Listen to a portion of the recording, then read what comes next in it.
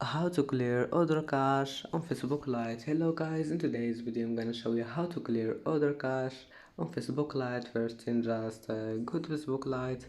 Here you will find these three lines in the top corner. Click on it and go down, click settings, and not settings, go down, click clear space, and select only other cache.